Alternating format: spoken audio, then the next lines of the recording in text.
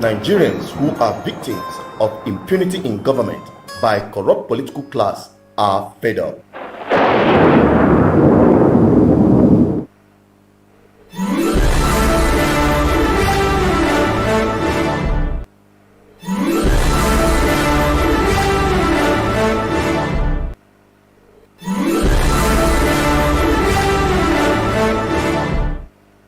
This is BBI Channel 1. You're welcome back again on Political Review. I'm Asuchino Peters, your host.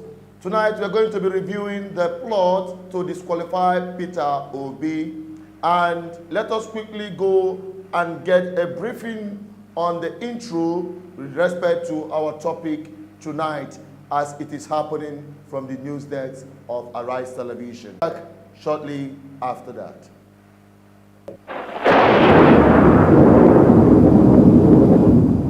Begin tonight with a group, Tinubu Shetima Connects. They have urged the Independent National Electoral Commission to disqualify the presidential candidate of the Labour Party, Peter Obi, and his running mate, Ahmed Baba Dati, from the 2023 presidential race over violation. Identified that there are consequences and implications for such act. The group has also vowed to begin a legal action to prevent the Labour Party from participating in the 2023 presidential election for engaging in activities that contravenes the Electoral Act. Well, the call came just a day after the national chairman of the Labour Party, Julius Abure, a lawyer, inaugurated an 11-man Diaspora committee to organize fundraising activities amongst others.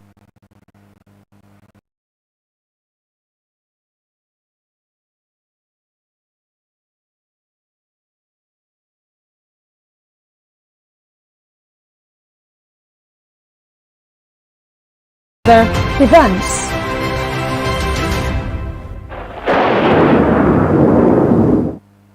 We are still on BBI Channel 1 Political Review. I'm Asuchino Peters. We are today reviewing the plot to disqualify Peter Obi, and we'll be exposing every of the step all the way on this program tonight. For your information, this is a live interactive section, so when the lines are open, you'll be expected to drop your comments. You can also join a live conversation on this platform. I can see that we are having some network challenges and you'll be experiencing some kind of buffering. Don't worry, we are going to overcome that. That is part of the Nigerian factor with respect to network service. But nevertheless, we will continue on this program as I have someone from Canada, Mr. Onyeka, who will be joining me in this analysis. But before we bring him on, we are going to take a kind of a review with respect to this very issue being thrown up by APC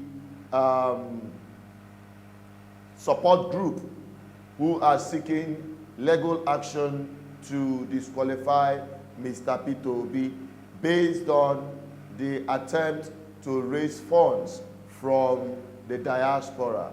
So all of that we're going to be reviewing, and we hope you join us, and as we continue on this deliberation, you can subscribe on this channel if you have not, and also drop your comment as part of the conversation. All right, let us quickly take the analysis. The first analysis will be coming from Frank Tai from Arise Television. We'll be right back shortly after that.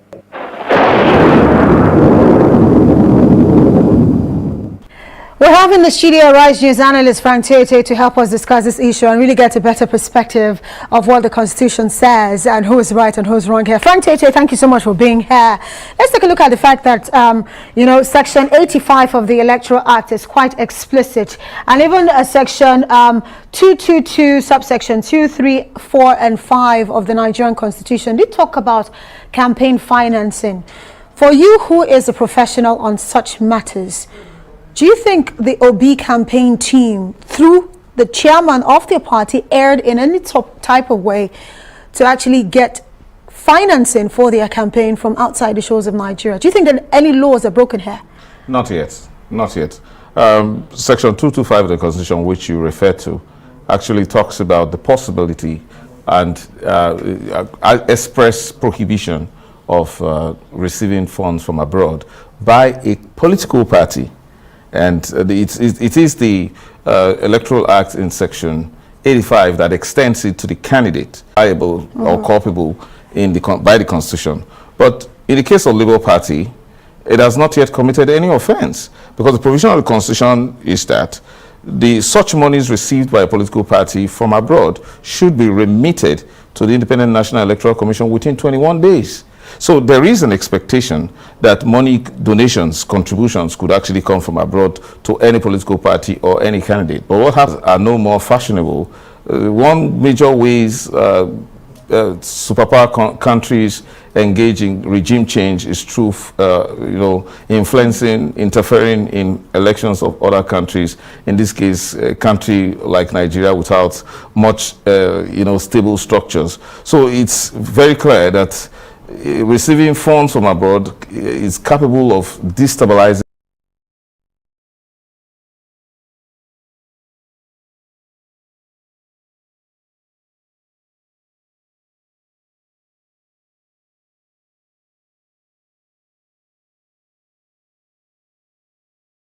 the electoral process. That's why the Constitution bars it.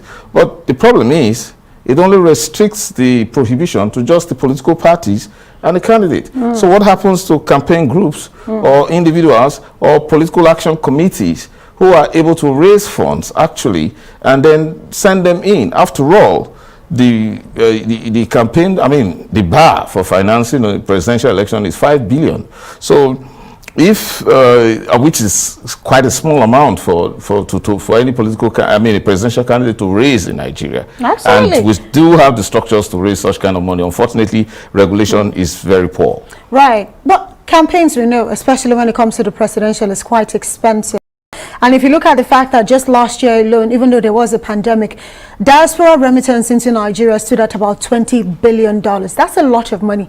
So having these Nigerians who live abroad, who usually would add to our GDP here as a nation, what is so bad about them really being a part of a campaign that they believe in? I'm trying to be a layman here. Let you be the professional. I think it's using the law. Is a thin line between money laundering or monies remitted for the purpose of financing an illegal activity like terrorism. But in this case, if you have people in the diaspora, Nigerians in the diaspora who cannot really directly participate in the democratic process of voting.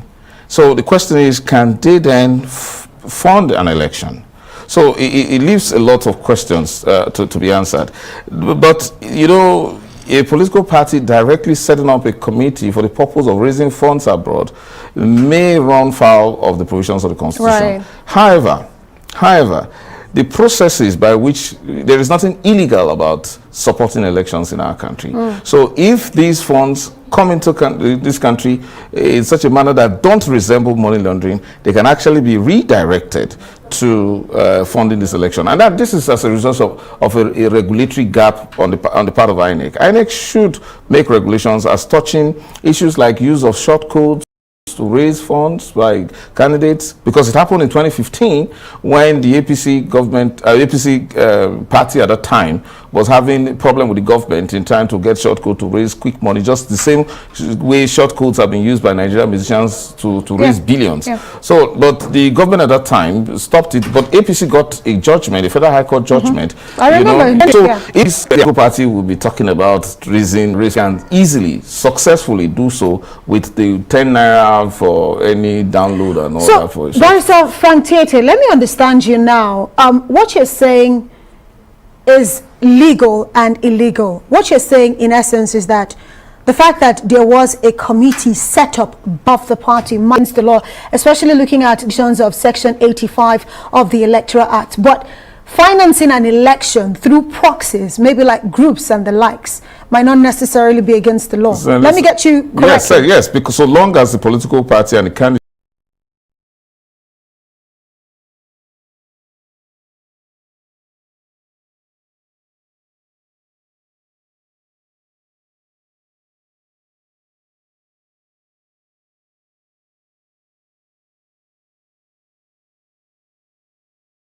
it, carry out what we call full disclosure to INEC. There is a provision under the Electoral Act, particularly Section 90, that requires full disclosure of all funds that are received by the political parties or candidates. And but the chairman of the party would argue and say it's not necessarily the party members who are the ones collecting this. There was a committee to those members of this committee, not necessarily members of the party, believe in the because is there any law being broken there? Certainly not, because there is no prohibition to individuals and groups raising funds in whatever way, so long as they are legal for the purpose of financing campaigns. And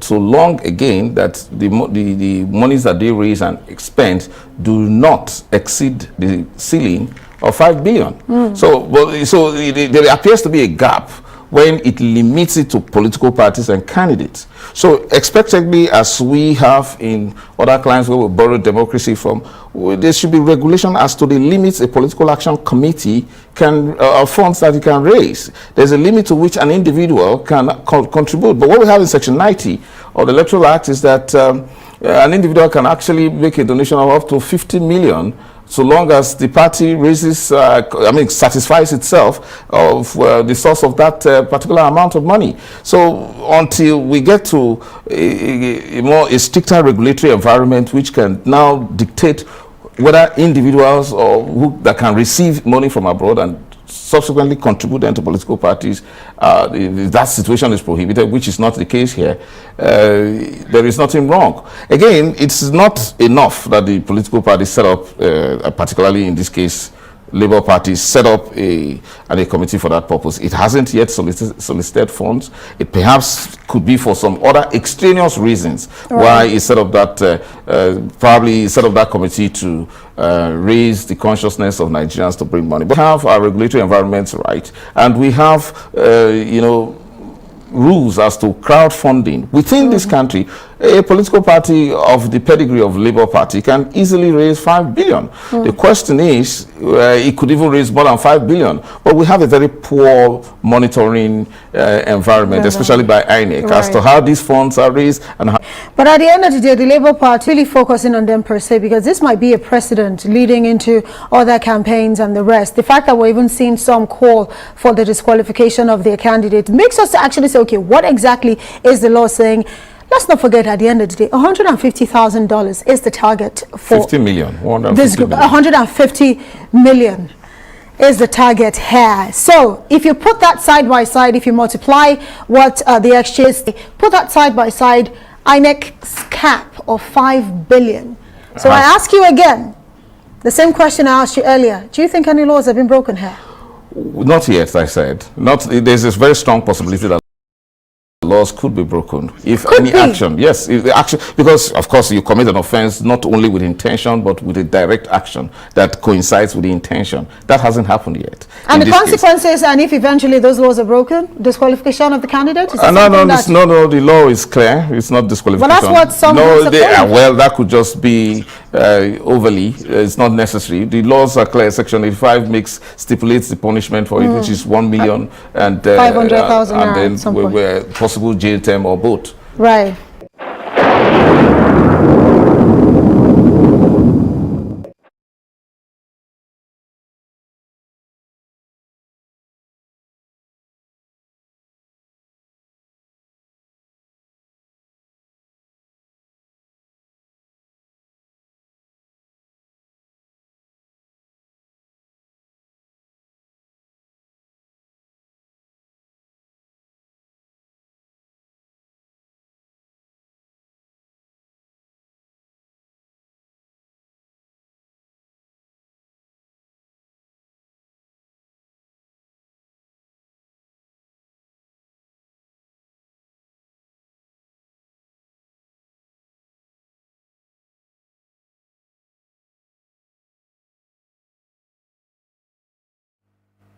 Sorry about that, my mic was off.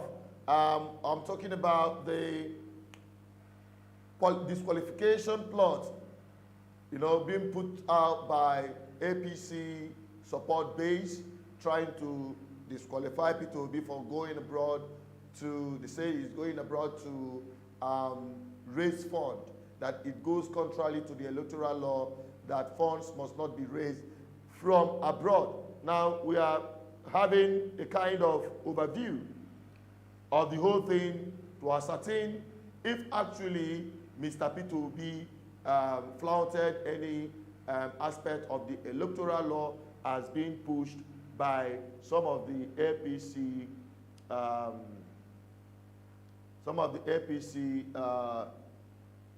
support base.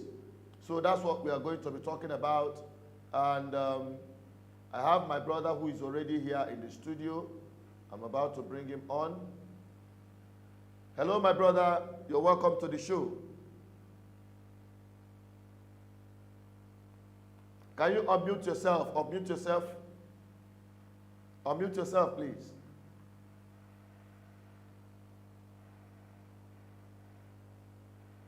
Okay, thank you. I'll unmute myself.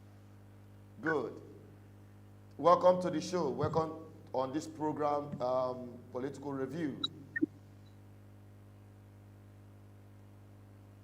Thank you. All right. He is reaching us all the way from Canada.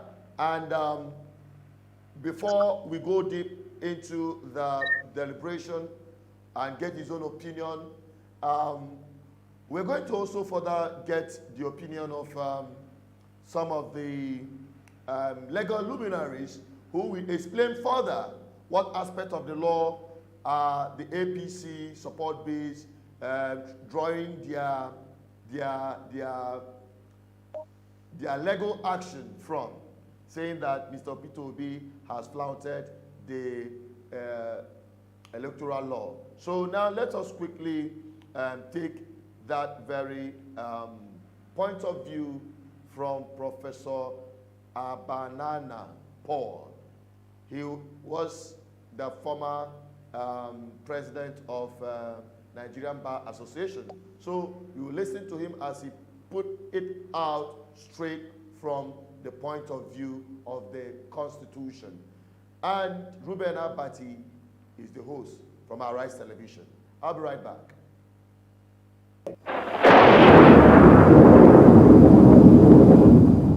Founder of the Center for Values in Leadership and one of the leaders of the Labour Party, Professor Patu Tome, yesterday revealed that the crowdfunding portals Nigerians in the diaspora plan to launch for the presidential candidate of the Labour Party, Mr. Peter Obi, will be unveiled next week. However, some leading lawyers have expressed concerns about the legality of the decision of the presidential candidate of the Labour Party to inaugurate the Diaspora Committee to raise $150 million from Nigerians in the diaspora and 100 billion naira from his supporters in Nigeria. While some senior advocates of Nigeria argued that the law prohibits the Labour Party from retaining any contributions made for its election expenses from the diaspora, former president of the Nigerian Bar Association, NBA, Chief Joseph Daudu, did not foresee much constitutional logjam with the issue. Daudu observed that the only law that affects any donor or contributor is the one that limits the amount a candidate can raise for an election, in this case, which is the office of the president. Joining us now is Professor Paul Ananaba, a senior advocate of Nigeria and chairman of the Nigerian Bar Association section on public interest and development law. Good morning, Professor Ananaba. Thank you for joining us. Good morning, Dr. Abati. Good morning. Good morning. I just heard the prologue you went through. Should I begin to comment on that? Yes, please go ahead. That's the main issue. Is it legal to do crowdfunding and get funds from the diaspora by a presidential candidate? Simply, the laws are very clear on this. The political party, Labour Party in this instance, or even any political party for that matter, can not raise funds from outside Nigeria. If they do, they cannot retain such funds. And it's a constitutional issue as much as a crime within the Electoral Act, Section 85. Now, let me take the constitutional part of it, Section 225,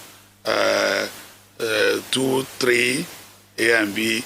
It's very clear the political party cannot raise funds outside Nigeria or retain funds or accept funds. If they do, they must, within 21 days, turn those funds over to INEC. And any contravention of that provision is a criminal offense. And I'm happy that we are now talking about election offenses commission and all that, so that these laws over time have been lying waste, that they've not been activated. That's why impunity system has been used for some. I think that irrespective of the good intentions or whatever people will have to support political parties in Nigeria, particularly Nigerians abroad, they cannot do that from abroad. They can only come into Nigeria. The Electoral Act Section 85, 86, 87, 88, 89, and 90 deals with election financing. And the effect is that it's an offense under the Electoral Act to contribute more than 50 million naira. So, do that, INEC has to be notified. Now, maybe because P2B is in the Labour Party, that's why a lot of attention is paid to it. Our laws does not say anything about the candidates. If you look at Section 152 of the Electoral Act, it does not define a political party to include its candidates in election. Now, if you also look at an election or the election position itself, the political party is separate. So the candidate is not caught by this of the candidate precluded from the political party is precluded. And if the political party responds, it must within 21 days report back to INEC, turn the funds over to INEC. It cannot retain the funds for more than 21 days. So I don't think that Labour Party has looked at that. If they have looked at that, they should practically warn themselves and move away from raising funds outside the country. Even when they're raising within Nigeria, they have limitations. They have to comply with the law. Everyone should be more law-abiding. No one should become too sentimental to avoid the clear provisions of the Constitution in this instance, and then the Electoral Act.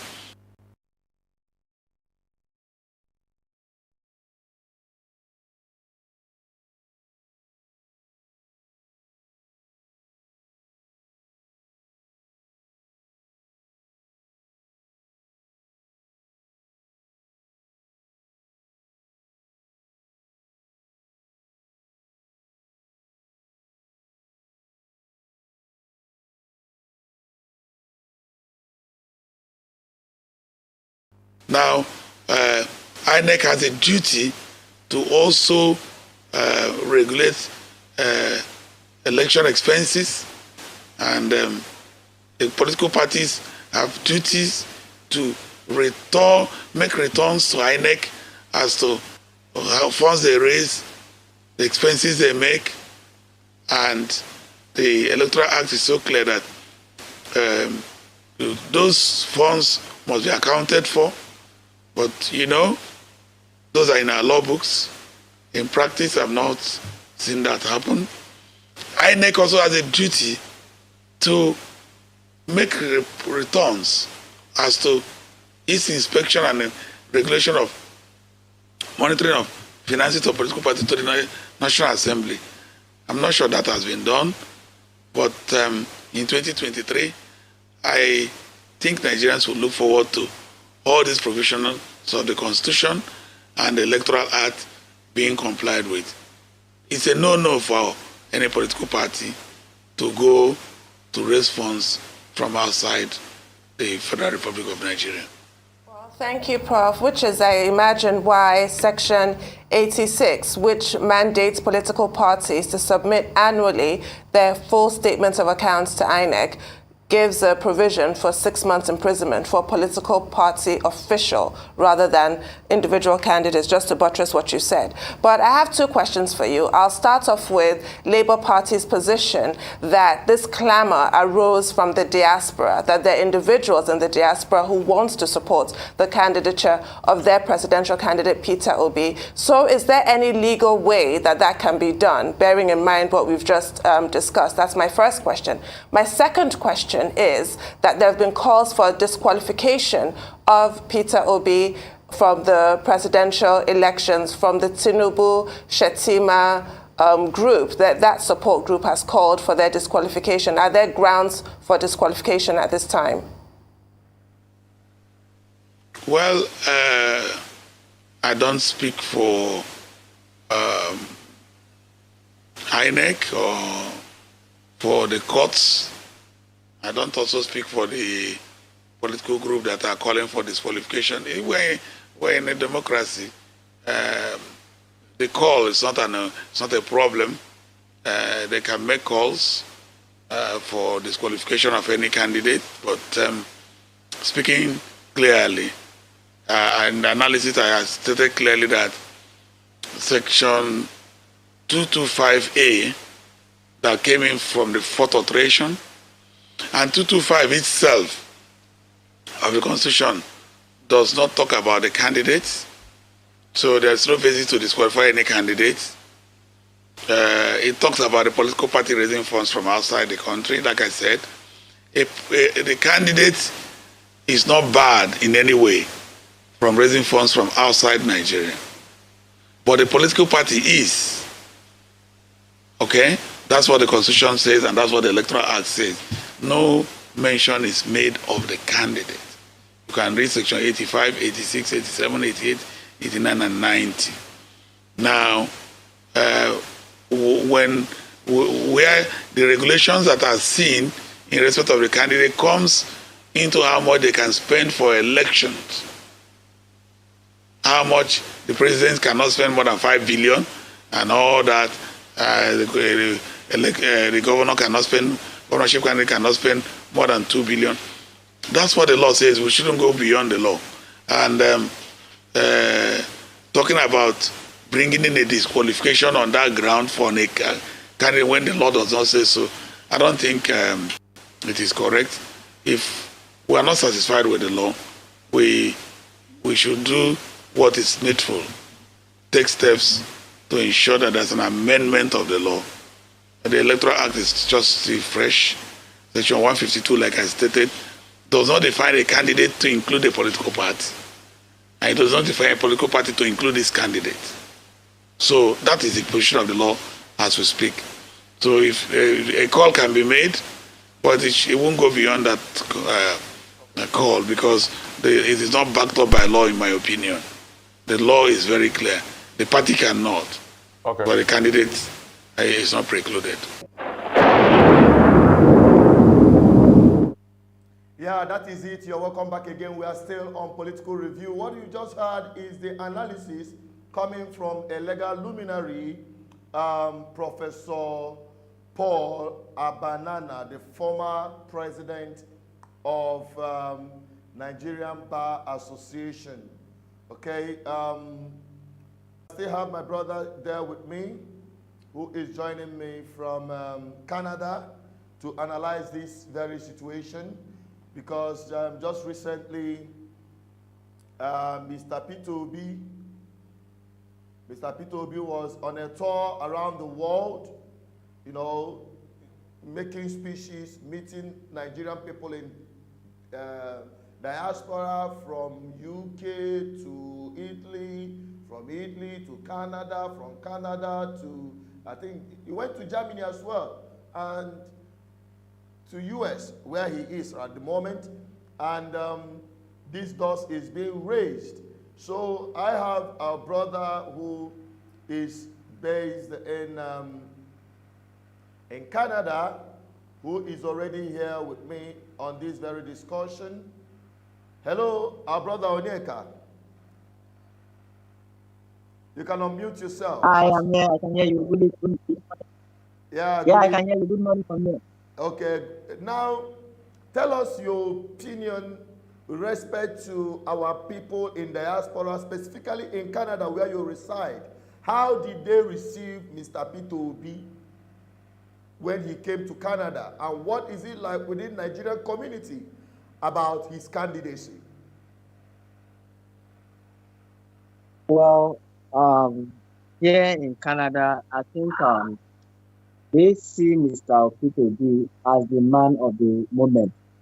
And we here in Canada, I think we have suffered a lot in one way or the other. And like for me, I can say that this movement for Peter Obi is a revolution. Just like Kenneth Okonkwo said, because here in Canada, we suffer a lot. Sometimes when they see a Nigerian man, they believe everybody from Nigeria is a thief or is a criminal, or even my Nigerian passport, I don't know where it is. I don't bring it up because I have my Canadian passport. This is how bad Nigeria has become all over in the world. And because Peter Obi now has joined the race, everybody started seeing different things. Just like what Kenneth Okonkwo said. I was talking to my friend. I said, people think here in abroad, in everywhere in the world, that Nigerians are the only people who are going to hellfire because of the government, because of the situation. Without Nigeria today, the economy of Canada is nothing. It's zero. Nigeria has, like, I use myself as a case study. Here we work in oil sand. I work in oil sand. I'm a process engineer. What we use in making oil is just sand. And we have a lot of sand in Nigeria that is wasted. And I have been there because I work there. I am a manager there. And we have done a lot, me and my colleagues, my friends. Nigeria has the best talented people on planet Earth. But what is happening? Bad government. So with Peter Obi joining the narrative, everybody started seeing the light. We all started having hope, and we are so happy. People start seeing us. Oh, immediately His Excellency goes to Toronto, I know what happened. Things changed. People started seeing us. Oh, we could be wrong. This is not who these people are. And when you look at it in Canada, Nigerians are the best of the best. You can't find a Nigeria that didn't get it. But yet, because of the bad government that we have, we suffer because of our passport and everything. So Peter Obi joining the race is like something has lifted up from our burden, like shoulder, the burden we are carrying. So we are so happy, and we in Diaspora, we will do everything possible within our own capacity to make sure on 2023 we have Mr. Peter Obi there in that office, so that things will be changing and things will be turning around for good. Because it pains us so much, we suffer a lot, not because we are bad, not because we are criminal. We are here for a greener pasture because things aren't working back home. But we suffer because we've given all the names that even we can't give an individual name, just because of our government. So Peter Obi has done something, has come in this nation to change the narrative, and that's why we are happy and we want to support him. And we, the diaspora, we are so happy for the first time in our life to see somebody who have come to the world to tell them that you guys are wrong. These people are not who they are because of this government. So that is why we are happy, and that is why everybody, even the child that is yet unborn, that have not known Peter Obi, that is still in her mother's womb, all of them are looking for joy. We are all looking for joy because something good is about to happen. So that is how it is for us here in Diaspora and in the world. Oh, okay. Thank you, Onyeka. Now, there are some people that don't believe or agree with the position of political candidates in Nigeria, like presidency, governorship. They fly their campaigns abroad. People are really skeptical about it. And some people are saying, why would Peter Obi be going around the world? Have you seen any candidate abroad, maybe an American candidate contesting for presidency, go around, come to Africa to do campaign? Is that what it is with you guys out there in Canada? What's your perception? What's your perspective about that? Well, there's this thing that said, when the righteous is on the sea, my people rejoice. We have had them over the years telling us, because if you know what to do, you will do it right. Because these people, they don't know what to do, and because their hand is all with so many things. For instance, I don't want to mention names because I feel people insulting everybody. Like, I don't want to mention names, but some of these people who are coming out with Mr. PKB, they don't know what to say. They cannot even tell us anything that will make us feel happy. They don't even know what to do. You can imagine the so-called Nigerian presidents or whatever, they don't even know how to use a computer. They don't even know what they are doing.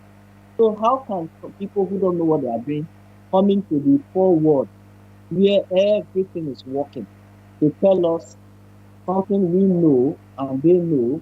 They have been lying to us over the years. So the reason why they are not coming at us to say something, because they know that they don't have anything to tell us. They have been there before, they didn't do anything.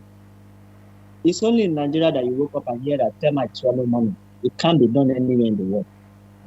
It can never happen. These people don't have anything to tell us because they have been wasting our time.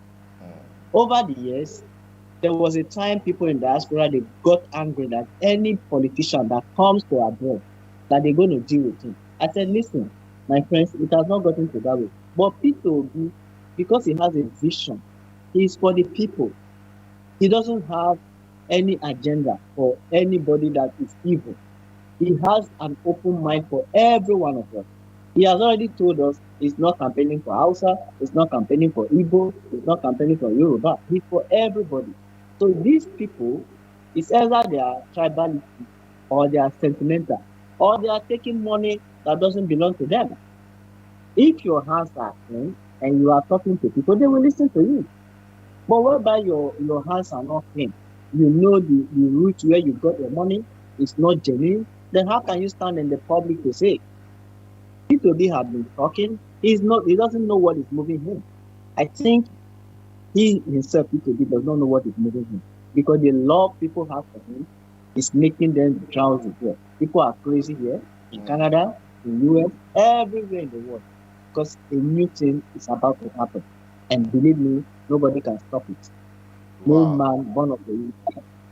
Yeah. Okay, that's very because why we asked that very question is because it became very important to our viewers out there, and to some people who were like saying, why would a presidential candidate be going abroad? And from what we've seen so far, he's meeting with Nigerians.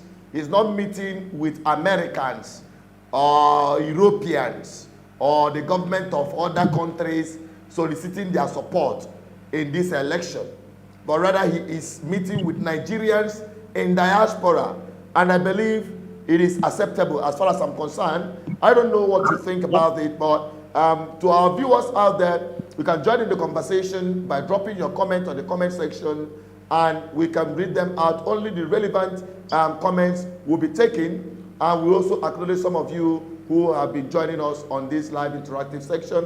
But don't forget that this is BVI Channel 1. Some of you have seen that or noticed that we are off the radar for about 3 weeks.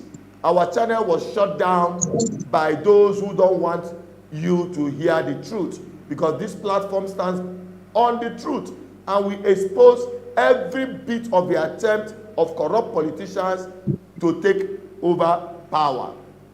So if you want to be part of this conversation, you can drop your comment on the comment section, or you just call our direct line. The numbers are here, +2348104545533, or you join through the WhatsApp. My brother Onya, can you hang on? Let us take this first call. All right. I think we've missed that call. We've missed that call. We hope that the person is going to call back. And we hope that the person is going to call back. Don't forget, you can be part of this conversation, you can call +234-810-4545-533 while we continue in this conversation. Now, Onyeka, now tell us the momentum and the support base of P2B in diaspora, especially where you are in Canada. Are they willing to support Mr. P2B? Because from what we are seeing today, they are afraid, the APC ruling party is afraid of the fund that would be raised by Nigerians in diaspora for his presidential campaign, saying that he had, in fact, they already said that he had violated the electoral law, that he should be disqualified. Do you think that the support base of P2B in diaspora can actually push or contribute immensely towards this presidential movement by the people? Because this is the people contesting for the presidency under P2B. Well, in my own contribution, first and foremost, P2B has been he has lived in abroad before, and he knows how things work. These people who are speaking against P2B, they are afraid, because I live in Calgary, and I said, no, I have to go to Toronto to meet P2B, and I went there. Though everybody cannot see him, because there's a lot of crowd there, and in abroad here, the white man will tell you, this hall is going to accept only 5 people, and that is how they do it. They like coming millions, they don't care. That 5 people, they will let you in. So that's what happened in my case. I couldn't see him, but okay, I was able to cite him and whatever he said. So that is how things work there. So in the respect to the question you asked, they are afraid because first of all, they say P2B don't have money, and P2B don't give shishi. It doesn't have such a money. We, the diaspora, we know what we suffer here, how we send money back home to help people, which Mr. P2B has made it clear to us that it's not supposed to be so. You are living in abroad. When you are coming back to Nigeria, you have your people on ground who is going to take care of you. I know what's happening. Anytime I want to come back from Nigeria, I have to gather some money, work up my money up to raise some money, because I know when I come there, I'm going to be ATM machine to everybody I see. People will be coming with problems, because I don't blame them because of the situation of the country. So why they are saying this, that we shouldn't have P2B should not seek support from diaspora and whatever, because they know, because of the track record of P2B, he's going to get the whole world from the whole diaspora. I don't even see, even the white people. Okay, I will tell you something that will shock you. Canadian women in diaspora, not in diaspora, Canadian Women Association, they promised to give P2B 8 billion if he wins the election, not in cash, but they pay subsequent, and they're going to pay it little by little. That is to tell you the love they have for P2B. Now they are saying they want to disqualify P2B for taking money from diaspora. Then I look at myself and ask, these INEC people, how do they know? I have a picture that people sent to me, Tinubu and the rest of the people carrying boulevard of money. They never disqualify them because they are afraid. They see the revolution of Putin coming. The number of Nigerian children that these people has thrown into poverty is too much. It's getting too much that we don't know what to do. I told you, because of these people, we have a bad record every year. But we are not like that. That is why, as P2B have come into this thing, into this picture, all of us here, even if we have nothing to eat, for supporting a good man that is going to change this, because we cannot bequeath our children an anarchy. A place where there is law, where there is no law, where there is no orderness, everything is just done anyhow, without traces and without nothing. All right. We don't want Onyeka, you hang on there. Let us take the first caller from Germany on this program. Hello, the caller from Germany. Your name? We already know you're calling from Germany. Your name, please. Hello, Mazi Chedu Asozo. My name is Ike. Your name is? Ike. Okay. So what are you? What is your contribution program on the topic we are discussing tonight? Yes, thank you very much. I heard you over saying some people are complaining about why is P2B going to Diaspora to campaign. Whether the Trump or the European, do they come to Nigeria to campaign? Then I want to ask, that person is asking that question. How many Europeans do we have in Africa? Two, don't you know that Nigeria now, as it stands now, is almost bankrupt? We, the diasporans, can bring Nigeria back after, by grace of God, if P2B wins. We can, when we are being charged, let's say every one of us pays 50 euros. Do you know how much that will be? It will bring Nigerian economy up. So I support P2B for coming to Diaspora to talk with us, so that he can carry us on along with. So that's what I want to contribute today. He has not done anything wrong. Thank you very much. Thank you so much, my brother. Thank you for calling. Thank you for calling. You can join this conversation by calling +234 810 4545 533. Onyeka, the caller from Germany has just said that there is nothing wrong, and honestly, there is nothing wrong in P2B coming to Europe or in the diaspora to meet Nigerian people, especially those who have run away, who have escaped Nigerian horrific hell of a country because of bad governance. So going to meet them, meet Nigerians there is not out of line. And also talking about Europeans, how many Europeans live in Nigeria? How many Europeans have their communities in this country or in Africa? As much as we have Africans in diaspora. So there is no, it doesn't make sense when some APC apologists or PDP support base trying to throw up this sentiment. Now talking about the other issues, but let us also take another call before we go into that. Let us quickly take another caller. I think we missed that call. Please keep trying, keep trying, keep trying. The lines are busy. We'll try to take as many calls as we can. Hello? Hello. Yeah, good evening. Quickly, your name and where you're calling from. Quickly, and where your name and where you're calling from. My name is Casey. I'm calling from Nigeria, Ogun State. Where in Nigeria are you calling from? Ogun State. Ogun State. Yes. Oh, that's wonderful. First of all, can you give us an update, heads up on what happened in Ogun State yesterday or over the weekend with respect to the Obedient Movement march? Give us an overview. What do you think? It was incredible, and to my surprise, I wasn't expecting the Yorubas to come out in that numbers, but this, like my brother said, this is a revolution, and the people came out in their numbers, and they came out without nobody funding them, with the same mind, with the same goal, with the same, in fact, I can really say everybody is tired. Everybody is just tired. And all these they are trying to do, saying that the diasporas should not support Obi's campaign, I think it's just like eating up their rights. Take, for example, the diasporas contribute large chunk to our revenue in this country, and yet they don't have access to vote.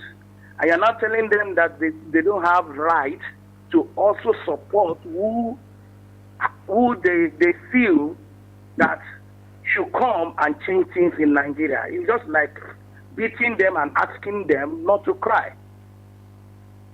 I don't know whether you understand what I'm saying. Of course, you understood perfectly. You understood perfectly. You collect their money.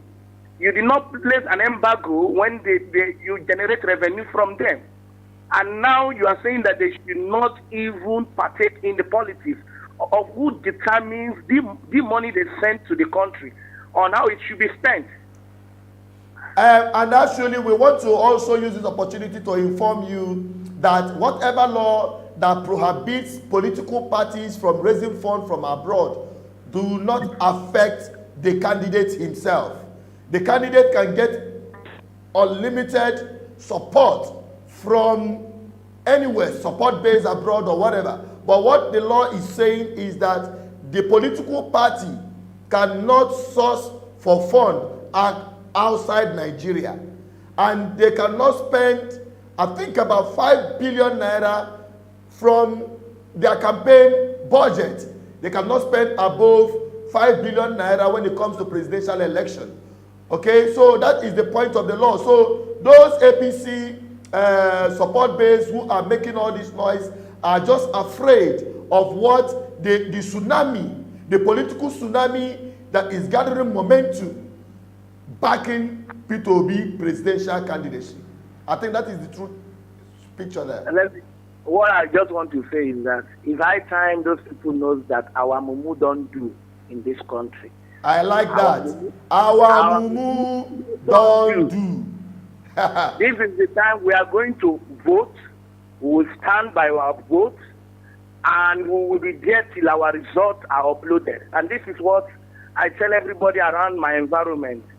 Cast your vote, be there till they upload the results before you leave. And I want to use this opportunity to tell the people who are listening to you. But as soon as the campaign starts, let's do the campaign house to house. And those that have the PVC, let's begin to coagulate ourselves together. That is how we can make the movement more effective. Thank you very much. Thank you so much. What's that your name again? My name is Casey. I'm calling from Ogun State. Okay, you can join us on our WhatsApp platform so that you will be properly integrated with GGM, Good Governance Ministry, one of the support base of P2B movement. Okay, thank you very much. Thank you. God bless you. And let us quickly go back to our brother. Onyeka, you just heard what the guy said. And let's go back to what we were discussing with respect to the readiness for Nigerians in diaspora to fund Peter Obi campaign. Just like I've just stated that the electoral law do not prohibit Nigerians in diaspora. We've seen people, individuals donating their houses, donating their cars, donating their workplaces, you know, their facilities for this campaign. Ordinarily, these are things that goes into the budget of political party funding and the rest of them. But along the line, when we bring in some of the resource persons from party aspect of it, we'll be able to discuss if actually those violates or if all those things are being cumulated into the budget as stipulated by law. Now, coming to the Nigerians in diaspora, you say they are ready to fund Peter Obi movement, and there are so many support base, there are so many support groups, there are so many people who are ready to carry out this door to door, just like the last caller just called now and said that when the campaign starts, we go door to door in all community. GGM is already doing that, and you are there to represent GGM as an ambassador of GGM in Canada. What do you think can be done to ensure that this message is taken to every nook and crannies of all communities in this country? I think that is why the essence of this diaspora is highly, highly commended. Yeah. Because we need them funds to carry out this sanitization exercise. And when people Obi came to Toronto, he wept. He saw what Nigerians are doing. He saw how they are quitting jobs. He saw the intellectual. He started crying there. Secretly, with part of the talk, they shed tears. They see what these people are doing. So in terms of going for house-to-house sanitization, that is very, very, very important. And we here in diaspora, we are going to support massively. We have made up our mind that whatever Peter Obi needs, money should not be issued. I know the reason why this government, they are crying, because they thought it's business as usual, but it's not. Whatever money they have, they should know that diaspora contribute to the highest money in the Nigerian economy. So going to house sanitization is very, very important. since we have our brothers and sisters there, and they might need funds, that is why some of us here in Canada, there's a guy who made a clip of Peter Obi that he's going to develop the application they are going to use for free. And Peter was like, so you can do this. He said, yes, that's what you have been doing here. He said he's going to develop it and launch it so that we can be putting money for Peter Obi. We heard everything that INEC and all these political parties said loud and clear. We are not donating to Labour Party, we are donating to Peter Obi himself. Since the law does not prevent us to give him the money, then we will give him the money directly. But where I'm having problem with them, trying to restrict how much he's going to spend. All these are political agendas trying to cause confusion because nobody have tracked them in the past. But when they see that there is a power coming from Peter Obi, even Peter Obi does not even know the power and the grace of God that is even following him. That is why these people begin to have these agendas to see how they could cause confusion. Yeah. But whatever is written is written. We move and we must support Peter Obi categorically. Everything it takes, both giving money. Even here in Canada, we are going from house to house to sanitize people too. In the church, I've already started mine. So we are going to make sure everything, both human and man, to make sure a good man comes and sits in that position to wipe away corruption, because we don't like corruption. It's bad. It's a disease. We don't like it. So everything we are going to do in Diaspora is to contribute massively. That will aid people back home to have fun, to do this exercise very well. That is what we are going to do. Okay, now for those of you who are watching, let us quickly take some of the opinion coming from the comment section. Let us quickly take that and acknowledge some of you who are watching. And in case you've not subscribed on this channel, please do subscribe. This is BVI Channel 1. And I also like to inform you that we have our alternative channel, the second channel we set up when this very channel was shut down by enemies of truth. Those who are working for the same corrupt politicians who are paying a lot of money to target, they call us social media influencers that are influencing this obedient movement. They try to shut us down. So we set up an alternative channel, BVI Channel 1 Plus. BVI Channel 1 Plus. On our page, you can find it there, or you can just simply search BVI Channel 1 Plus.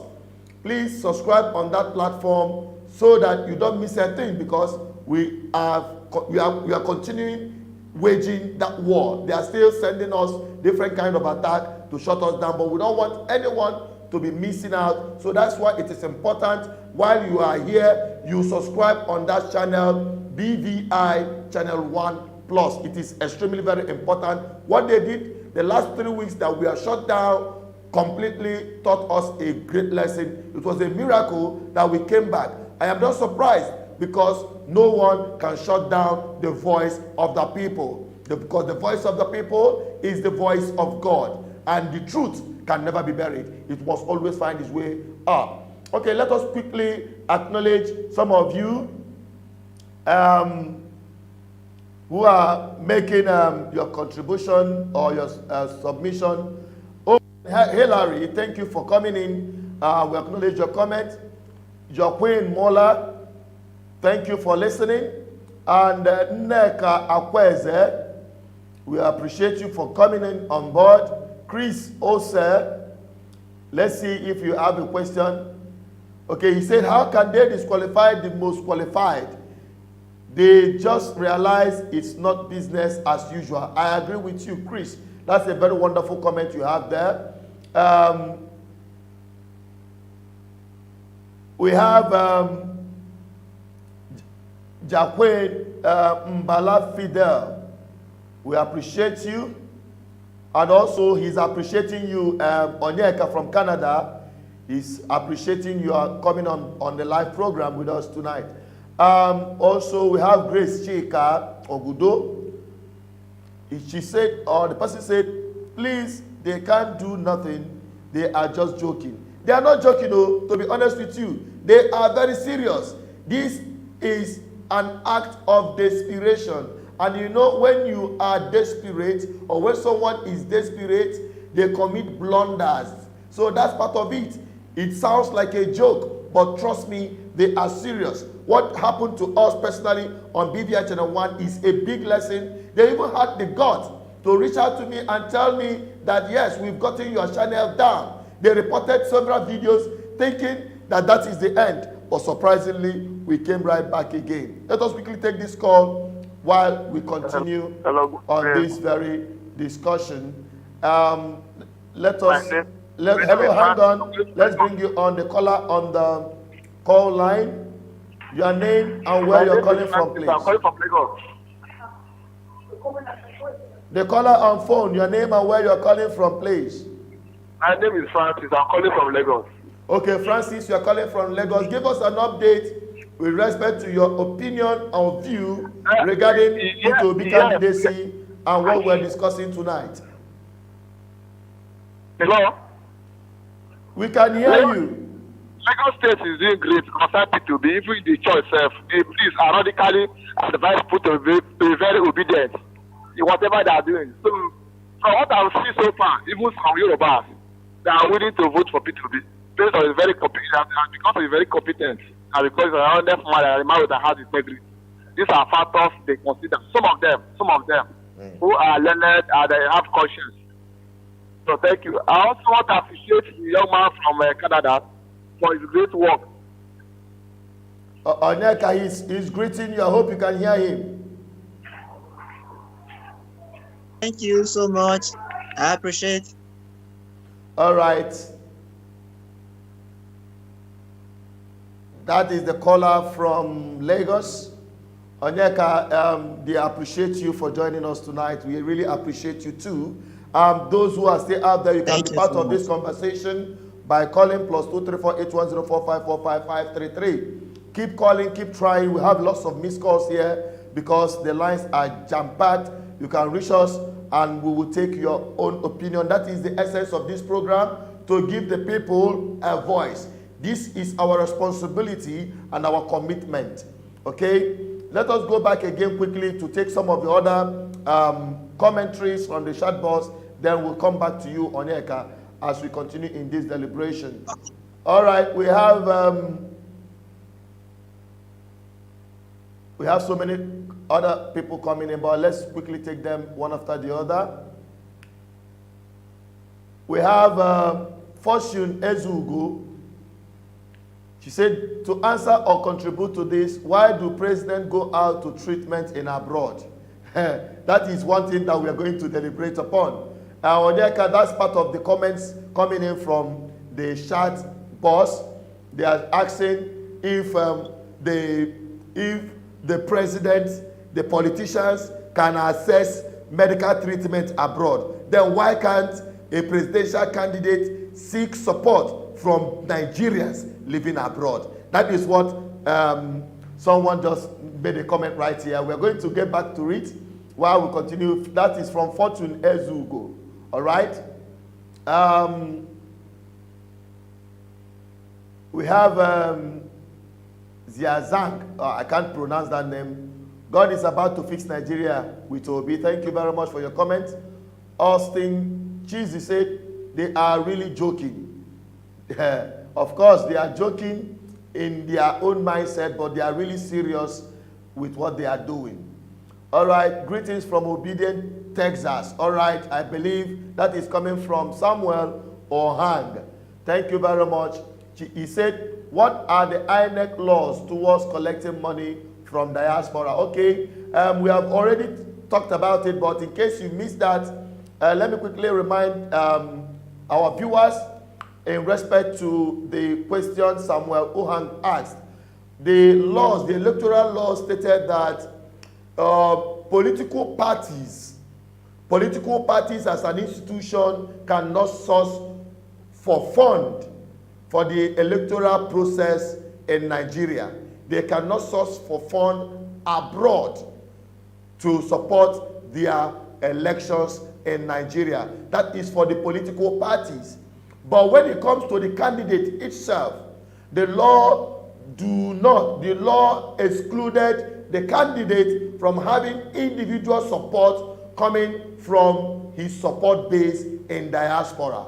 That is the position of the law. And don't get it twisted, because these are the some of the manipulation they will put up to restrict or restrain people from coming forward to support this movement. Okay, we also have different support groups in Nigeria independently doing wonderful works, going down to the communities to sensitize the people, going down to different grassroots level to take this campaign or sensitization to the people door to door. So people in diaspora can as well identify some of these genuine platforms, genuine support base, GGM, Good Governance Ministry, which I happen to be the leader with other of my team members across the world, are going to communities, from communities to communities. You'll be seeing some of the updates, and we'll be republishing them. In case you've not watched it, you can see them on BBI Channel 1+. And we also continue to go on this community-based sensitization. Okay? So please, those in diaspora should not be discouraged for anything with respect to this very topic or issue. Your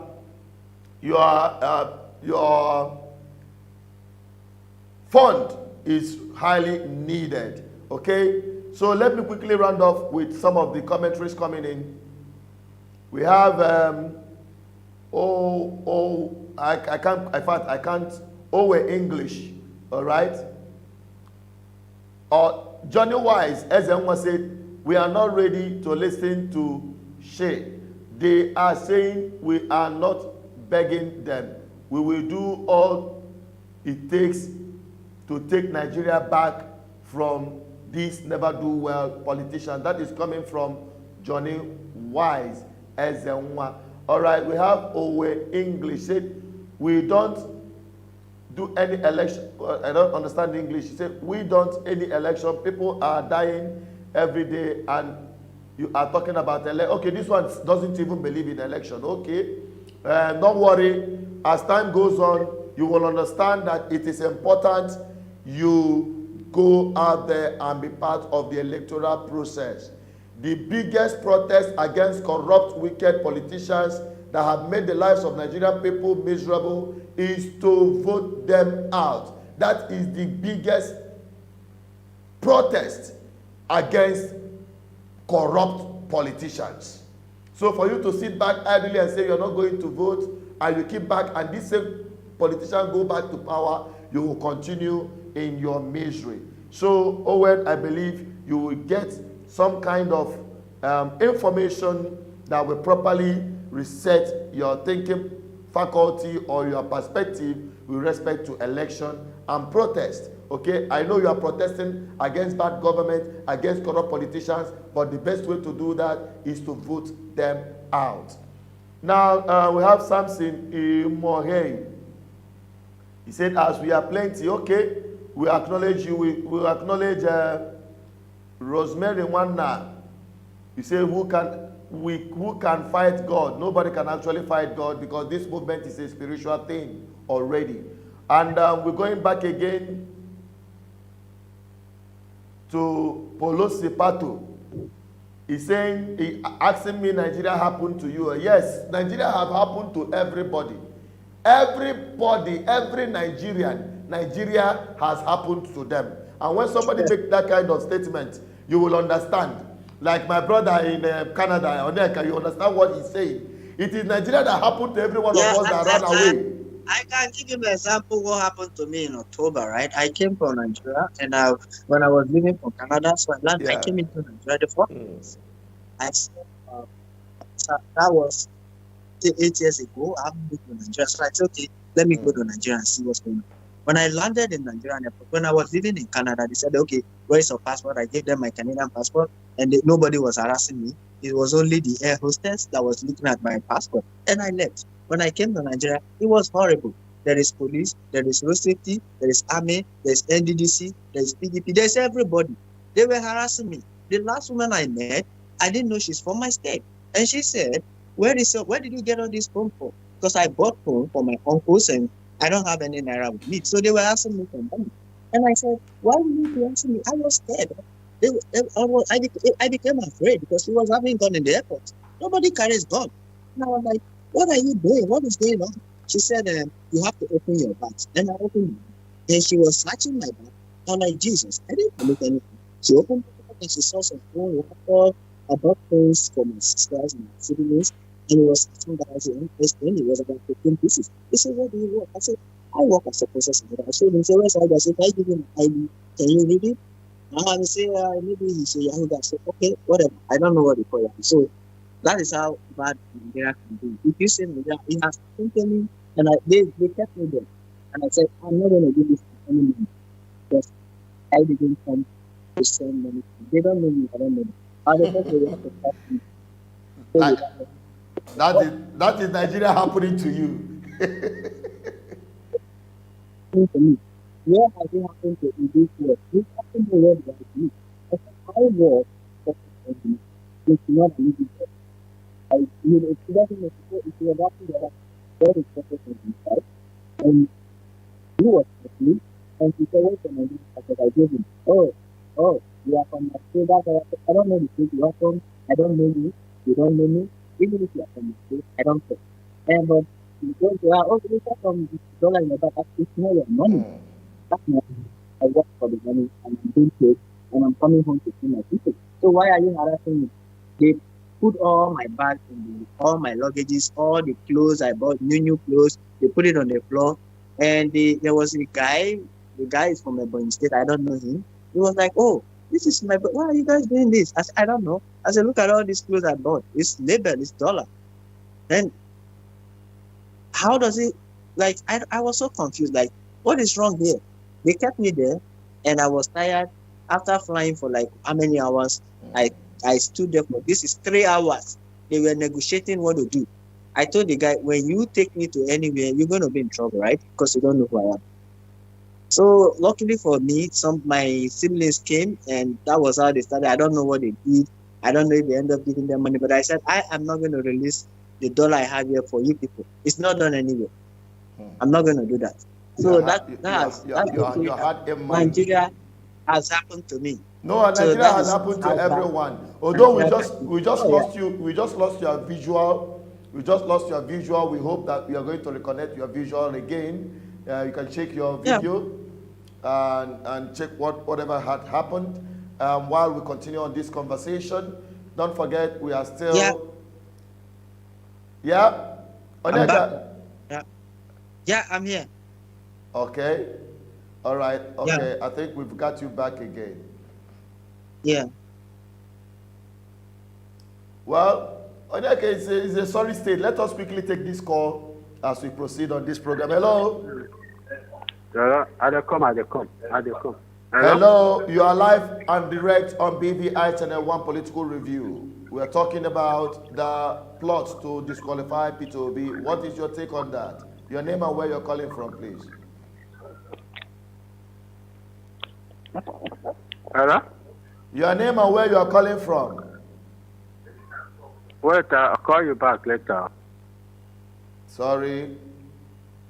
We are still live on Political Review. We are talking about the plot to disqualify Mr. Peter Obi. This very question on here, this guy raised, or the very issue this guy, the comment we just read, talking about politicians who travel abroad for medical treatment have made laws in Nigeria that people who are living abroad cannot support a political candidate in Nigeria or fund his election. How do you see that? How does it sound to you? Well, first of all, nobody sees a fire and puts his son or his or her son or his sibling into a fire that will be burning. That's the first thing I have to say. Yeah. When we were here when they did in 2000 and what's the last election before Buhari came in, we saw all the narrative. It's the same Buhari. What pains me so much in my own life is we hire people who don't know what to do to become the president because they have money, because they have money, they don't know what to do, they don't have knowledge of why they are there, they don't have sense. I've been in this abroad, right? If the white man is telling you, if you based on constitution, that you can do this and you do this. If you are not producing the best, you're going to get it.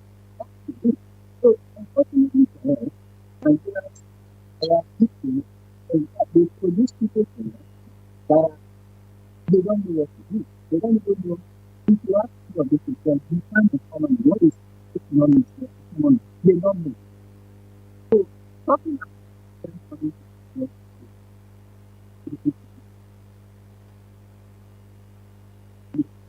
it's the same Nigeria that they are running away from and coming to. Is there anything different about it? Yeah. All the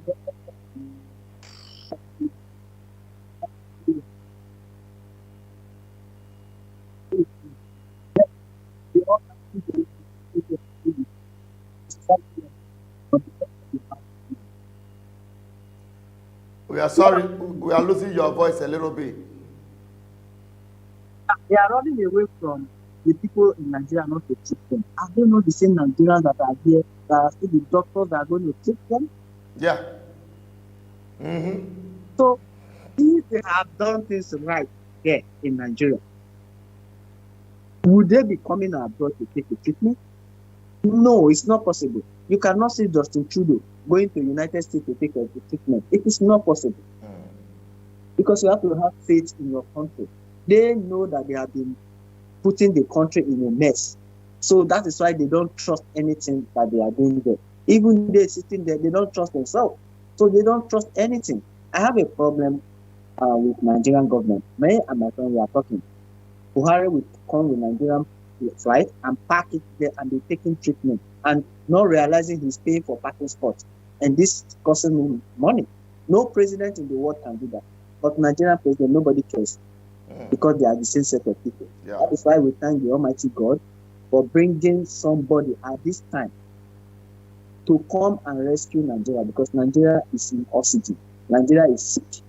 Nigeria is dying, it has collapsed because of bad leader. So that is my own opinion. These people, they don't know. Yeah, Onyeka, as a way of wrapping up on today's program, let us quickly highlight the very last point on this very discussion tonight, talking about the law, the electoral law preventing remittance or preventing support-based funding from diaspora by Nigerians living in diaspora. I'm talking about, okay? Now, and people are saying during the COVID-19, it is on record that the foreign remittance coming in from Nigerians in diaspora back home to support their families, to support some organizations, to support some businesses, amounted up to 20 billion. That's huge.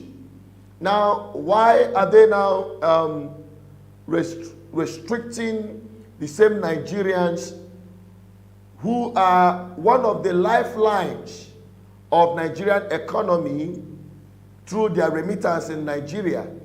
Why are they trying to block it?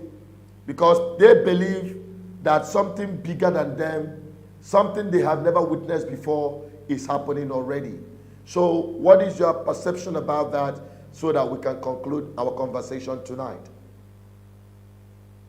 Okay, my perception about that, during the first of all, I thank you for giving us the hour, please.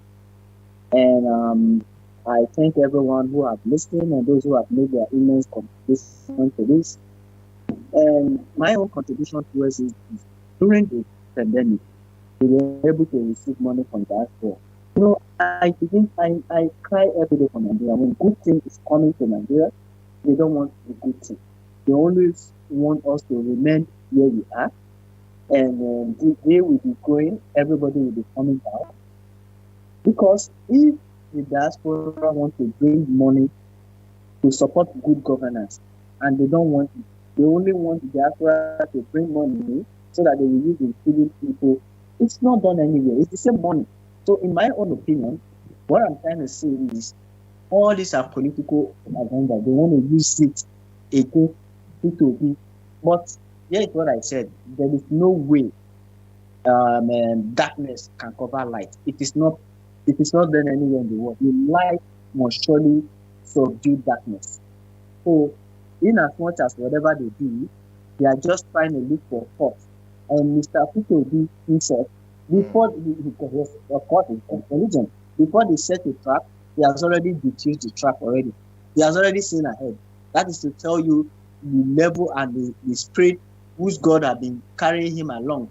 Because we are tired of criminality. We are tired of stealing. We are tired of... There's a way you have money, you'll be tired of your money. You don't know what to do with the money. But these people, they think the only thing they want is for them and themselves and their family, but it is going to change right now. That's my own opinion right now. It's going to change. Whatever they do, or everything that they're saying to discriminate him, not for him not to take money, because they see that the people in diaspora does not support nonsense. We don't support evil. We don't want evil, and we wish Nigeria the best. We wish good for Nigeria. We want everybody to be happy, have food, have air, for us not to support Mr. P2P. And I heard them when Dr. Abati was saying, this morning I was listening to news, if they want to keep the money, they can donate the money to their Naira account. I say, whatever. Even if you guys don't want it in dollar, we have it in Naira. We are going to fund this man, whatever it takes, because we want everybody in Nigeria to live in peace, harmony. Nobody is begging anybody for food. Nobody is looking for food. Nobody is stealing. Nobody is running inside the bush. Everybody is moving at the same place, at the same angle, at the same direction. Here in abroad, during the COVID, everybody, I tell everybody, stay home, keep quiet. I know my people in Nigeria will not find food. If I'm not working, they are not going to eat.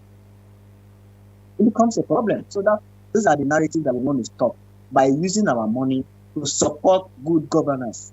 Thank you. There is nothing they are going to. Whatever any means they want us to support it, they should tell us.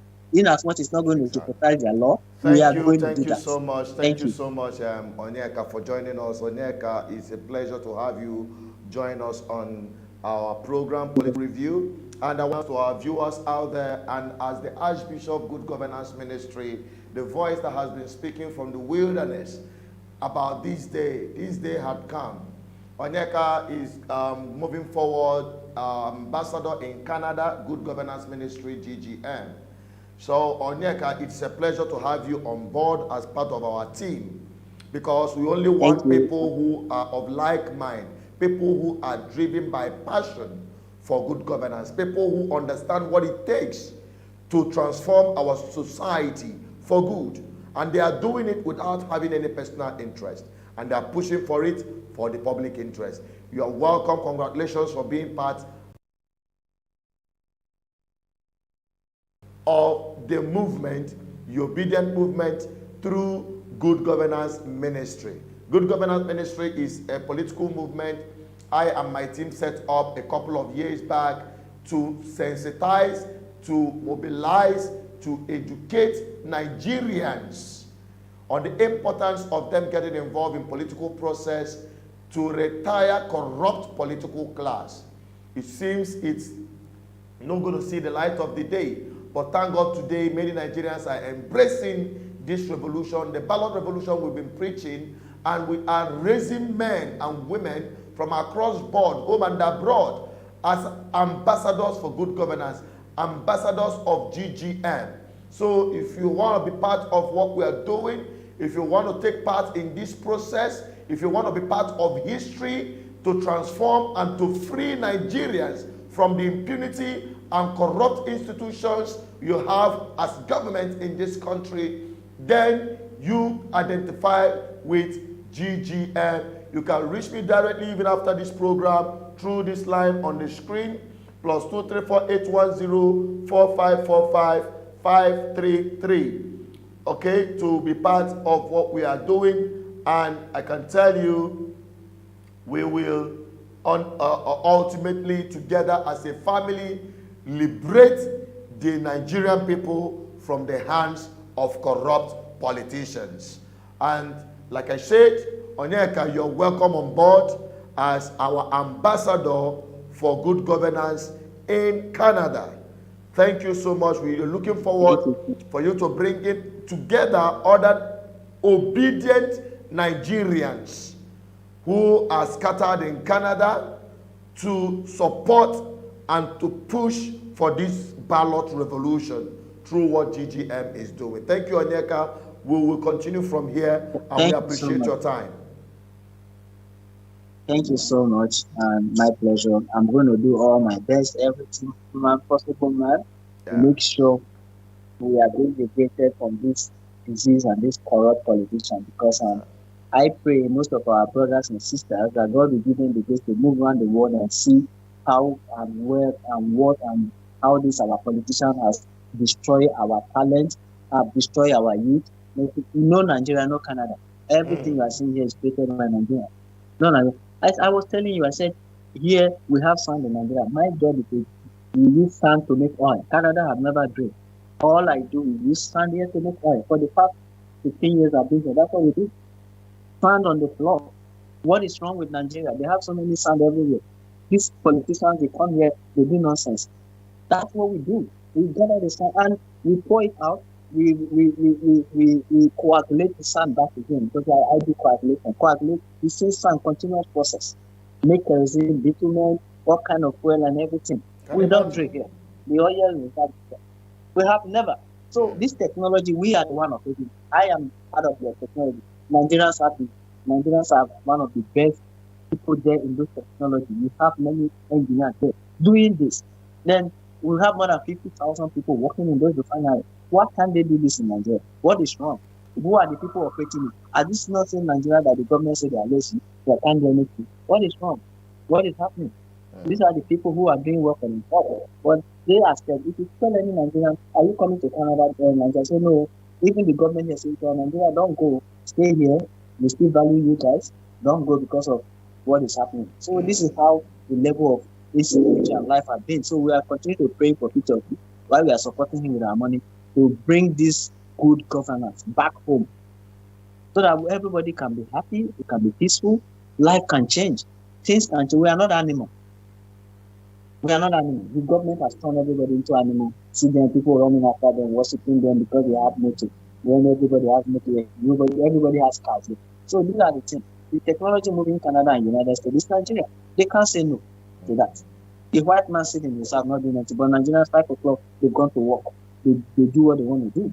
This is the same people. So what is wrong with our government? Because when we say this, most of the people, I know, I follow everything because I learn not to insult people, but most of the people, they are insulting people. Oh, he doesn't know what he's going to do. It's the same people. It's an Igbo man. No, we are not talking about Igbo. We are talking about who will deliver Nigeria from sickness. Who can lay his hand on the head of Nigeria to be healed. Because Nigeria is in oxygen. Nigeria needs everything to survive. We are not surviving. Because our brothers and sisters, most of them who are not highly exposed or whatever, when you are telling them this about good governance, some of them don't know. They will tell you, oh, I'm not supporting any party, I'm not going to get my card. We get your PVC. It's going to help. Don't stop saying, I'm not going to vote. I don't support any party. They are the same people. No, they are not the same people. Get your PVC. If they have allowed Diaspora to vote, I will get my PVC. And I'm going to vote and change this bad government because it pains me so much. If I was in Nigeria, I would have been somewhere else looking for money, looking for food. Can't even feed myself. The same thing they have there in Nigeria, they have it here in Canada. How come these people can feed themselves? I'll tell you one story. Food is like punishment here. It's like punishment. You don't know what to do. Then how can you tell us to come back when we don't know, we don't have food to eat? Not that we don't have energy to work, but the government threw everybody into poverty. They pack all the money. They celebrate criminality. That is why God has brought out Peter Obi from nowhere to stop this mess that this government has been doing. So I thank you so much, and I thank you for this wonderful opportunity. More things is here to happen. For me, I will do everything possible, both man and humanity, to make sure this movement in Canada here, in the location where I am, the area where I am, that PKOB is highly supported, and we are with him. We are praying for him. We are doing everything. Even if he's from the north, we will support him. even if it's from the West, and as far as he has good intention, we will support him. So God has bring it out for us in this generation, and we are happy. So thank you very much, my brother, and thank you for your forecasting and everything you have been waiting to sensitize people. Thank you very much, and may God bless you. All right, thank you so much. Thank you so much. That is Onyeka. And before I let you go, one of our team is on the phone right now, and I believe he's just joining us, and he would like to hear his own perception or perspective, whatever you might call it. Ndubisi, you're just joining us. We are wrapping it up on political review. What do you have to tell our people, and especially our newly appointed ambassador for GGM in Canada, right here with me? Yeah, thank you, Chinedu.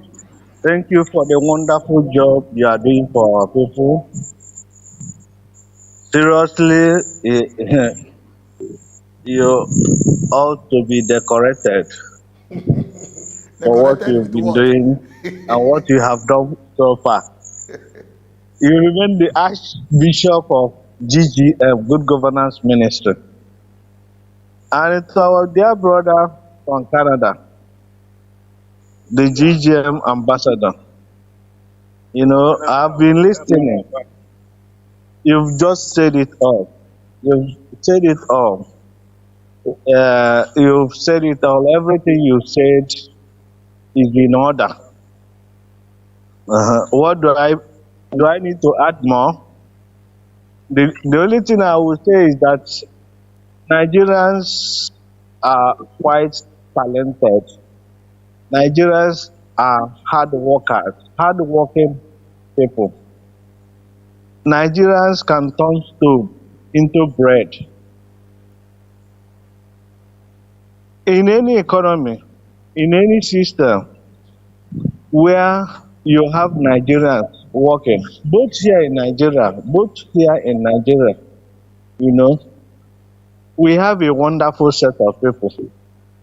We have good weather, we have good environment, we have everything is going for Nigeria. In fact, Nigeria is a blessed land. Nigeria, I mean, because, you know, I do not specifically believe in the entity called Nigeria because of the kind of people we have in government. I'm referring to indigenous people that own Nigeria. Whether you are from Biafran side or Oduduwa or Arewa, they are wonderful people. It's just the politicians, few people that are painting and presenting Nigeria, making Nigeria to look bad, and it's just to look bad. It's just few people, you know. So what I have to say about this position that diaspora is not allowed or permitted to sponsor Labour Party or Peter Obi. The only thing I have to say is that there are so many ways to kill a stubborn rat. There are so many ways. Abugodona, I heard you saying that the electoral law, the provision is only stopping the political party, but does not stop sponsoring or supporting the presidential candidate. Yes, according to that law. The individual is preluded from the whole thing. The individual is not. But again, we have to go back to that electoral law because there is another clause that puts maximum, as in a certain amount of money that you should not, or candidates should not exceed certain amount of money. I think 10 billion naira. We have to go back to that electoral law, review all those processes again, because you know this is new. This law we just we have this law a few months ago. It's brand new law. So all these framers of laws, they have something in mind. So I will just advise us to play down on money or sponsoring the kind of money we are raising. Some people are loud-mouthed. People will say we are raising 10 billion naira for P2B. Please, we should play down on all those mentioning any as in onye ndị Iro gbara okirikiri na-eche ndụ echekwa. APC might be free, PDP might be free. We all in Nigeria and are using dollars, billion naira to buy delegates, but nobody will talk. Meanwhile, these guys are monitoring and watching. One wrong step like this, you see law coming after him. So what I'm saying, I'm advising our people, play down on it, do everything on that ground. There are so many ways of killing a stubborn rat. There are so many ways of doing it. So we must not be announcing it. Yeah. That is my own advice, because this law, they are the people holding it. Yeah. They are the people that know. If it is even good that the thing came out now. I heard Labour Party chairman saying that he's setting up a committee to go and raise money. No, a party chairman should not do that. He should not do that. I agree with you. Nubisi, I agree. He should not do that. I agree with you completely. I think they should just stay away from this support base and concentrate on the strategies. There are a whole lot of things to do. There are a whole lot of things, setting up offices, Labour Party offices like MWC. You are there. We went to your own community to set up wards. There are so many communities in Nigeria that are yet to have the presence of Labour Party at what level. That is what they should concentrate their energy on for now, and leave the rest for other support groups to do that. I agree with you, NDBC. Yes. So what I'm saying is that, it has been my position. All the political parties in Nigeria are dissenting.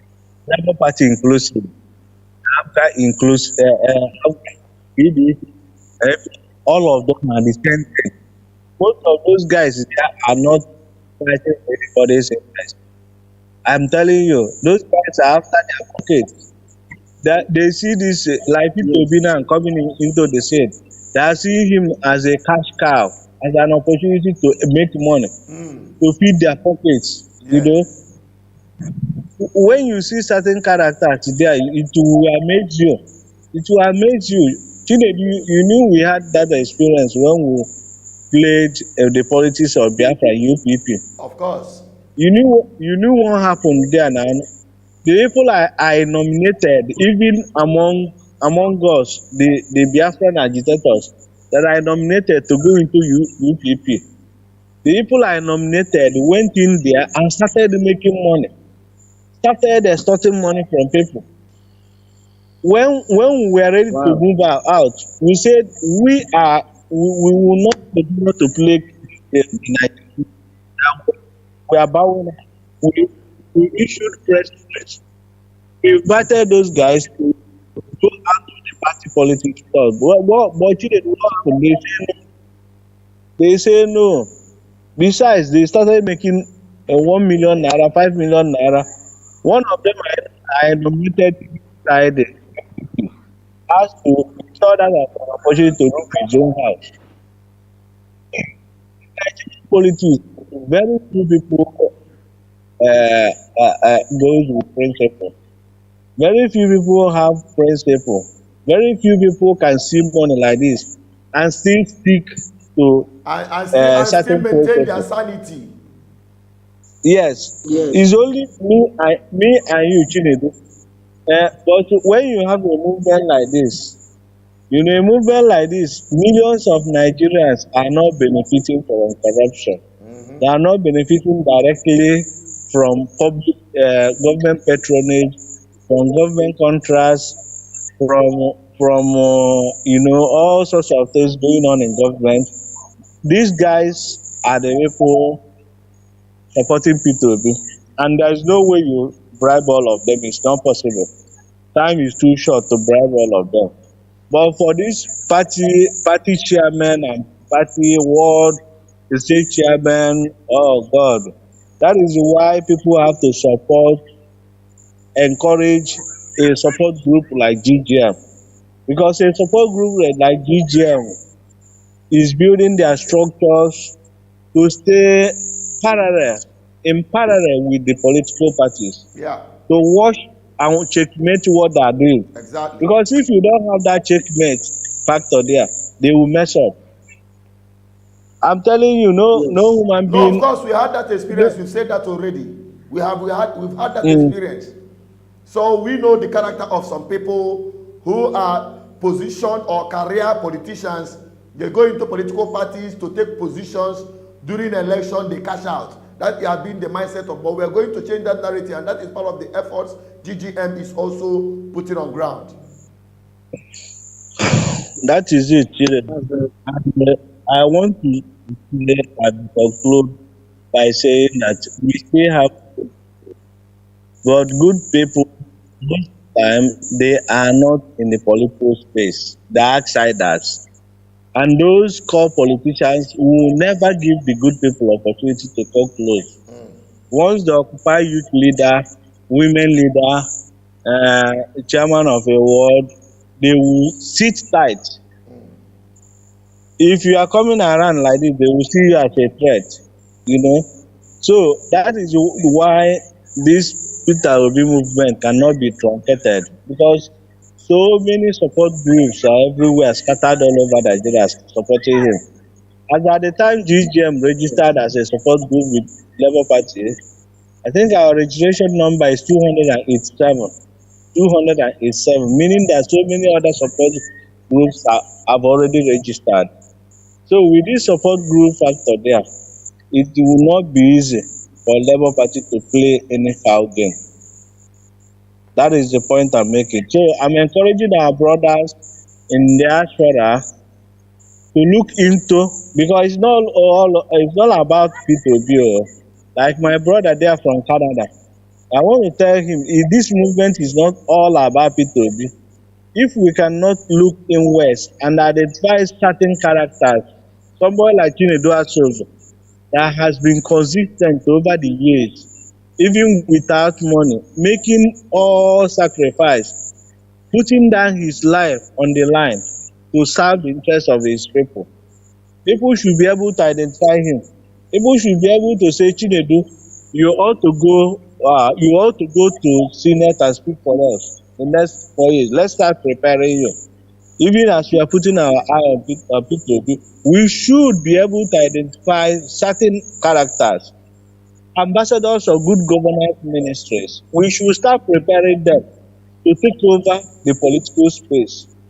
What this P2B movement has offered us is a brand new political movement that has given people opportunity to come into the political space. So let's hijack it. Let's stop this mentality and idea of building personality. Let's build institution. Because building personality, if you build personality like this, anything can happen. What if the person does something else along the line? What is their fallback situation? Yeah. So fallback situation is that as you are driving a course like this, don't always put all your eggs, all your eye on that person.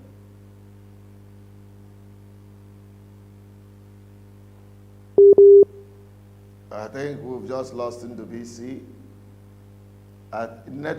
Nigeria network has happened. Hello, NDBC, we have you back again. Hello? Yeah. Hello? Yeah, can you hear me? Yeah. Hello, are you there? Yes, we are. The world can hear you. Go ahead and summarize, Okay, because we are almost ending the program.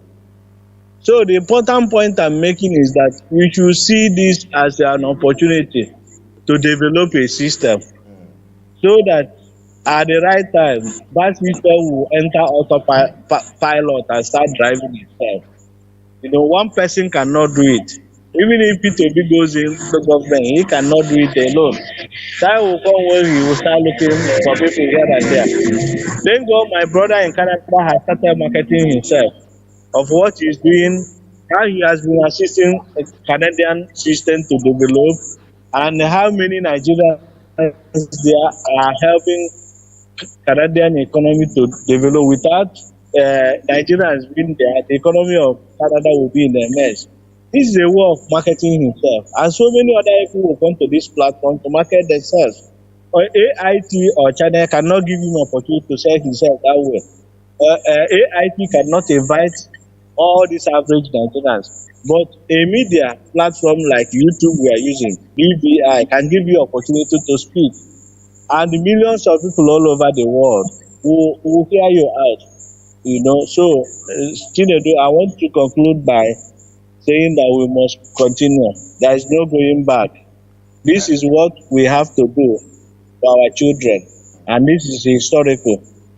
Thank you so much. Thank you very much. A quick reaction from Onyeka there before we just draw the curtain. Onyeka, you've heard what NBC have just said so far. Just a quick reaction, Yes. then we'll now wrap it up. Well, my own reaction is whatever he said, he has meant well, like he's saying about the DGM, kind of sensitize people before they join. Yeah. Because they should all read what P2B's handwriting is. P2B's handwriting is no tolerance for any evil thing. Anybody who has mind of stealing or taking any money or any narrative, because I don't know, people in Nigeria, they don't know what P2B have done, right? This movement is telling people that he doesn't give money and he doesn't want it to corrupt to follow him. He has made, if Nigerians are 200 million and he's like, let's say 100 million is going to heaven, so P2B have made it to 180 something million going to heaven. That is for those who want to listen, who don't want to steal, who don't want to put their hand into anything. So I believe where he made those points is very, very, very vital. And I thank DGM for this, looking into this, because it's very, very vital. We cannot bring in people and at the end of the day, they want to mess up the whole system because of their own selfish interest. No, we don't want that. We want the motto of which P2B represent to follow. Because that is how it is everywhere in the world. Nobody is paid to do anything because we have enough. So this is what we are trying to do. And that is why we are thanking someone like you who have given us this opportunity to air our views, because we continue to sensitize people, talk to them so that they will understand. Like he said before he left, I know how many people I have talked to, the white people. I can't count them, both Philippines, everybody. I am a teacher, so my first time I teach. I come in online, I teach people. So, like, put them back to the society. They don't have jobs, and the government gave us a platform. I teach people, put them back to work. That is what I do. And I still go for my work. This is a way of sensitizing people, helping people. And we have also volunteered that for people to be that.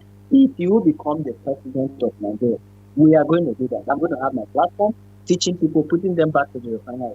This is what we are going to do.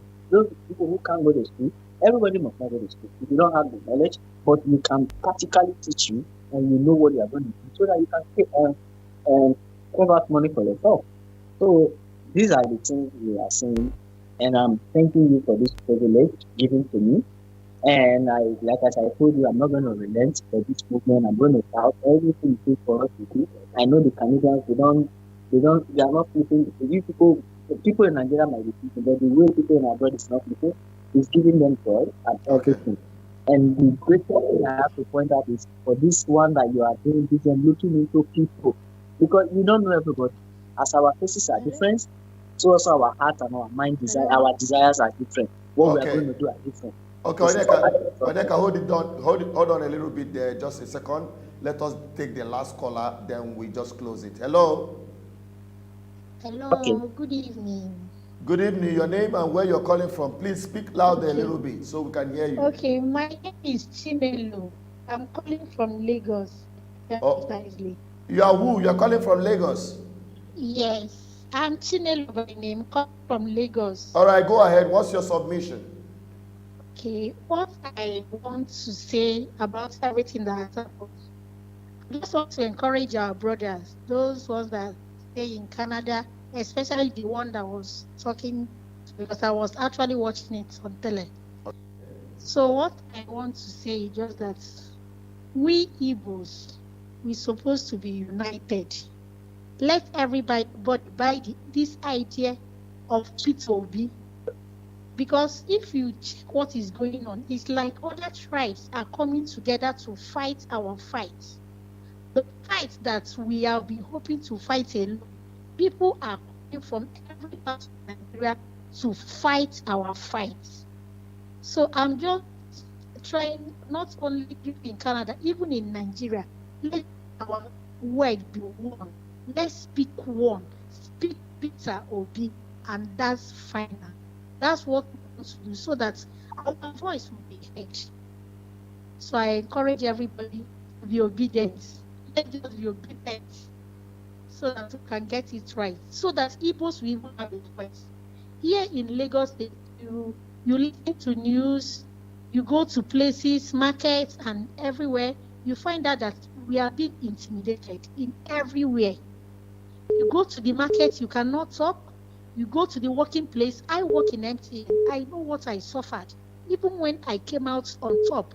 But they did not employ me. Rather, instead of employing me, they now made us to be a contract staff, a Yoruba man. We're not supposed to be. Even the people that they employed, they were still in school, and we were present. It's as in your own country, and they are now shortlisting you. Is out. So let's just fight this fight so that Igbos will have this voice. That's my own contribution. Thank you very much, my sister. Thank you so much. But you must understand that this is not a fight for Ndibo. This is a fight for all Nigerians, all indigenous people in Nigeria. It is not ethnicized in any way. Peter Obi is not representing Ndibo in this movement, in this revolution. Peter Obi is not representing the Yorubas. Peter Obi is not representing the Hausas. Peter Obi is representing the millions of suffering Nigerians. Thank you very much for being part of this program. Let us quickly take one last call for this program. Hello, that's our friend. That's one of us also residing in London. Emeka, you're welcome on the program.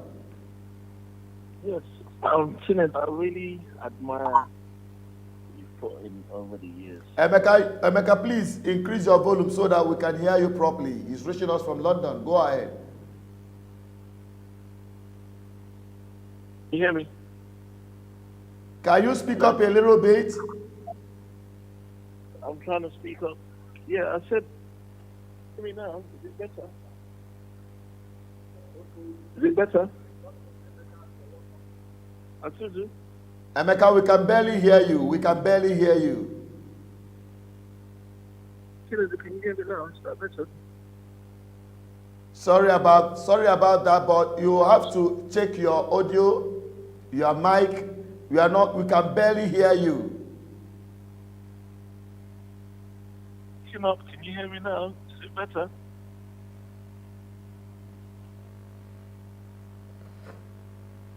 Hello? No. Sorry, I think we just have to let him go.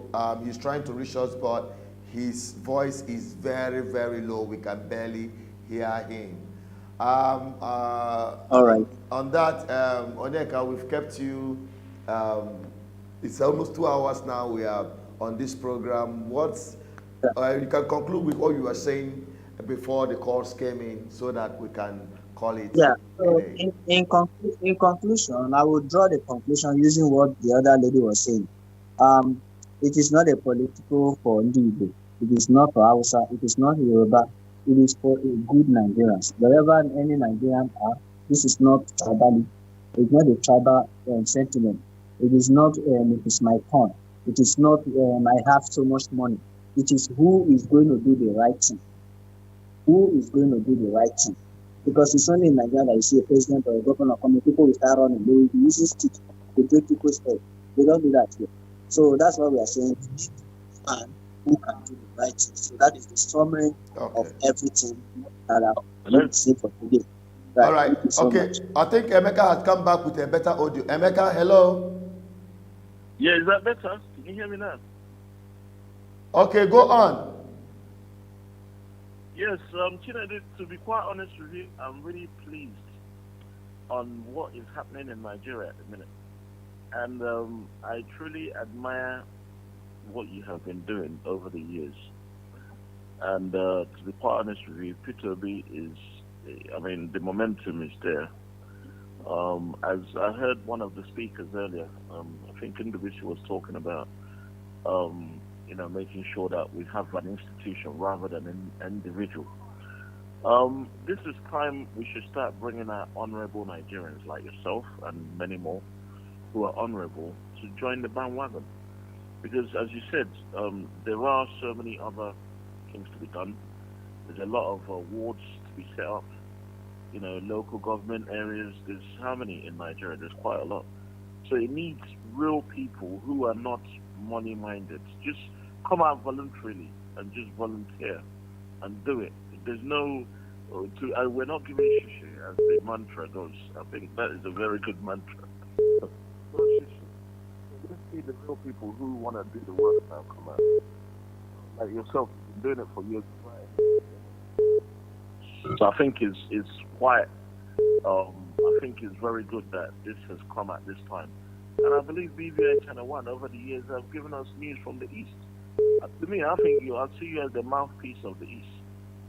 Nobody actually bothers with giving us information on what's going on in the eastern part of Nigeria, apart from yourself, your channel. So I really admire what you're doing, and we ought to encourage diasporans like the chap there from Canada.